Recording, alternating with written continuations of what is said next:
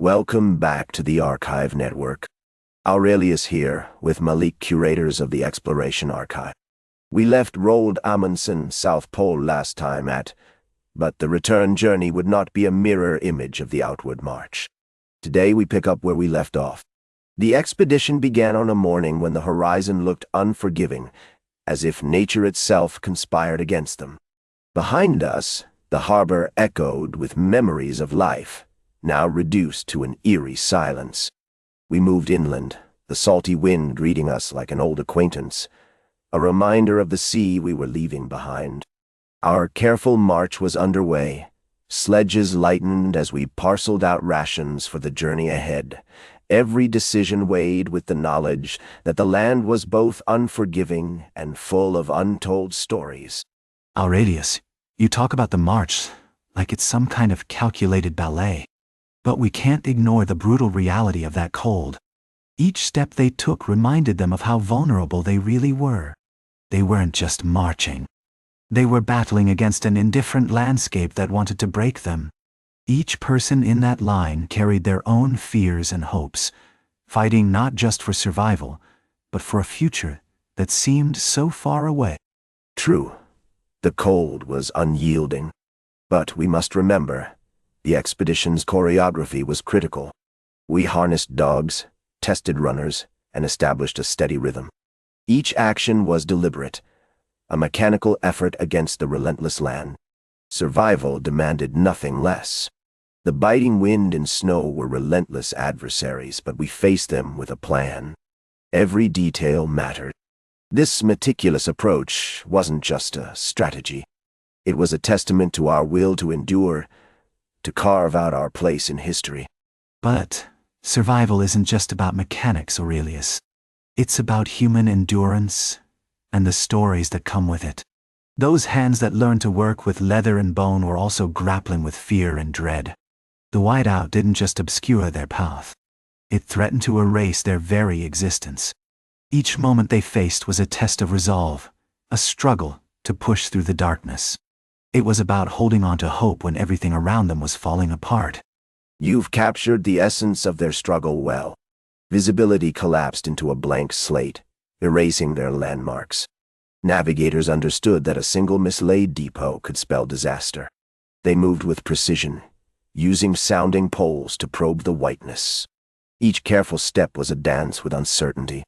Survival lay in their discipline, in their ability to remain focused despite the chaos around them. This is how they carved paths through the void, finding their way in a world stripped of its familiar contours. Discipline is vital, yes, but let's not overlook the psychological toll. The cold didn't just numb their fingers. It gnawed at their spirits, turning each day into a battle. The vivid tastes of tea and tinned meat became rare pleasures in a landscape of suffering. They weren't just explorers on a journey. They were human beings grappling with their own limits, forging connections in the midst of adversity, and pushing through hardships that tested their very essence. You're right. The human element was paramount.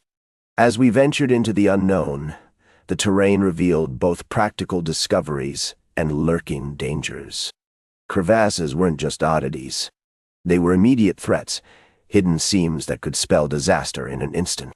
Each step taken was a dance with risk, a reminder that exploration is a double-edged sword.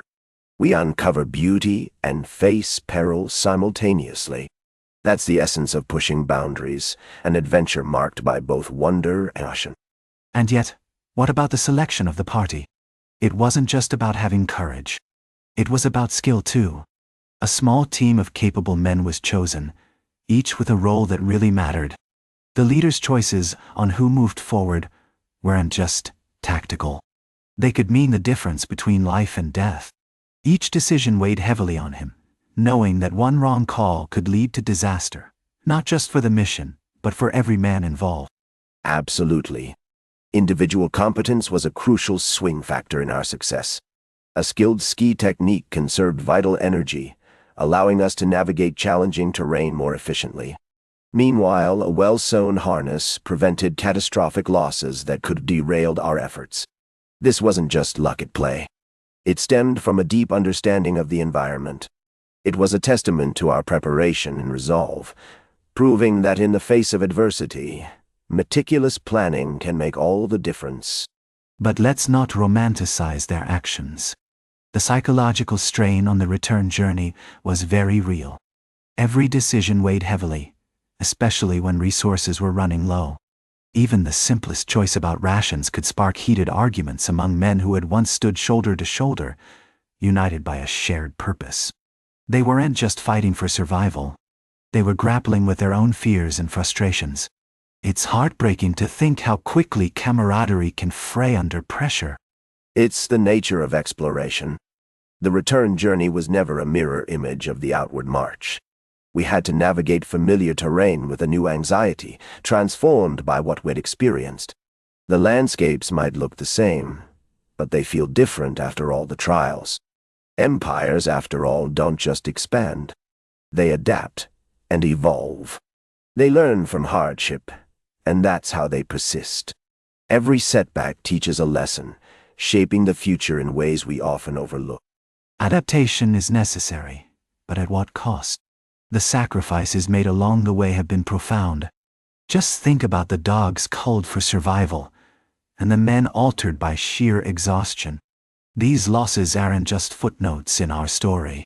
They're the stark realities of ambition and exploration that shape our history. Each decision carries weight, and the echoes of those who suffered linger with us, reminding us of the true price of progress.